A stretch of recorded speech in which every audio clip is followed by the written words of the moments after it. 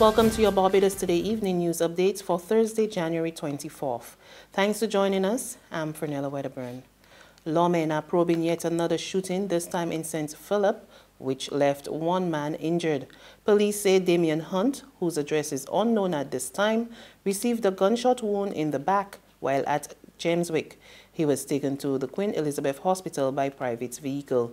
Police are asking anyone with information pertaining to this latest shooting incident, which occurred around 9 this morning, to contact the nearest police station. Police removes yet another firearm as well as ammunition off the country's streets. Word of this from police spokesman Station Sergeant Michael Blackman, who says the illegal weapon and a large quantity of ammunition were seized during an operation at 2nd Avenue, Harts Gap, Christchurch, around noon today. Officer Blackman says officers from the Anti-Gun and Tactical Response Unit intercepted a motor car with 3 men on board. The illegal items were discovered when police conducted a search of the vehicle. The men are currently assisting police with their investigations. Murder-accused Anderson Jerome Calderon was remanded to Dodds today when he appeared in the District A Magistrates Court, charged with the shooting death of Ronald Rudder. The 42-year-old Calderon of Block 2E, North Close, Wilde St. Michael, is accused of killing Rudder on January 11. He was not required to plead to the indictable charge when he appeared before Acting Magistrate Anika Jackson this morning. The accused will make his next court appearance on February 21. Meantime, the United Progressive Party is describing the recent gunplay on the country's streets as an unprecedented display of mayhem, and the party warns Prime Minister Mia Mottley to address the worrying situation, which has claimed 4 lives. In expressing concern over the gun-related homicides, the UPP's Public Relations Officer Wayne Griffith says Barbadians are in absolute fear of their lives. With Barbados at the peak of the tourist season, the nation is anxiously awaiting the arrest of those responsible not only for these executions, but those involved in the importation of illegal firearms. At this stage, where homicides outnumber road fatalities, the country needs to hear from Prime Minister Mia Mottley, who was given a complete mandate to resolve the matters of national importance and security. The United Progressive Party calls on the Prime Minister to use her vast influence to hopefully dissuade the criminal intentions of those who wish to commit these heinous offenses. A well-noted economist is calling for an immediate review of the Renewable Energy Rider Program, which allows producers of electricity from renewable energy sources to sell power to the Barbados Light and Power Company. Former Prime Minister Owen Arthur says this must be done if Barbados was serious about meeting its renewable energy goals and breathing a new life into the economy. He made the call as he addressed the Silicis Policy Forum at the University of the West Indies last night. Have to remove the restriction on capacity and pricing, and it can be done regularly for alternative energy to become the growth area for our Barbados. And if those are removed and you have proper prices for alternatives, then agriculture can benefit, because agriculture can then come to get revenue not from agricultural produce, but can look to a total farm income that is comprised of the returns from alternative energies and from producing food.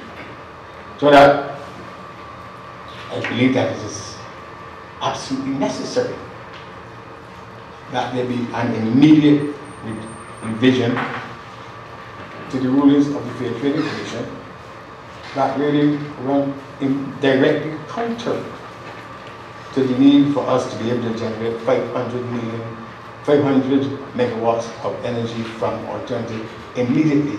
There's regional and international news after this short break.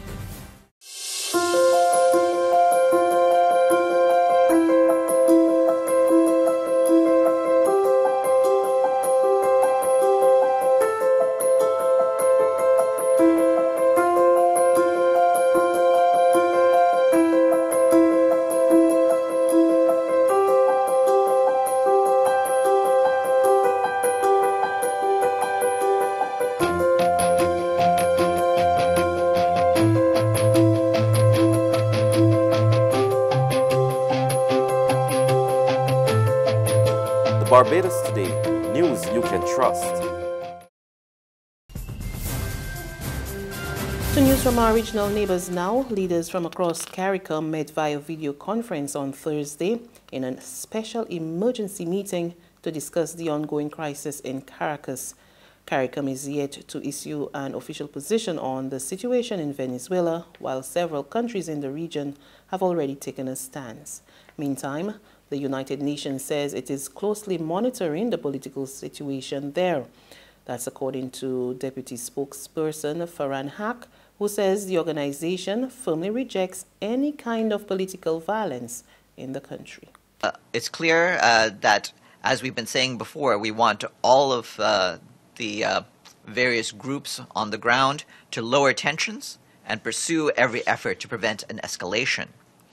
As you're aware, the UN firmly rejects any kind of political violence, and we will continue to underline the urgent need for all relevant actors to commit to inclusive and credible political negotiations to address the challenges facing the country with full respect for the rule of law and human rights. And finally, the United Nations Office for Disaster Risk Reduction says natural disasters affected more than 60 million people around the world in 2018 and claimed over 10,000 lives. Back of the mega disaster, still 60 million people have been affected in many different ways, in terms of losing their jobs, their livelihood, being displaced, being injured and whatnot. Mortality last year caused by disaster is pretty low compared to the average figure between the year 2000 and 2017.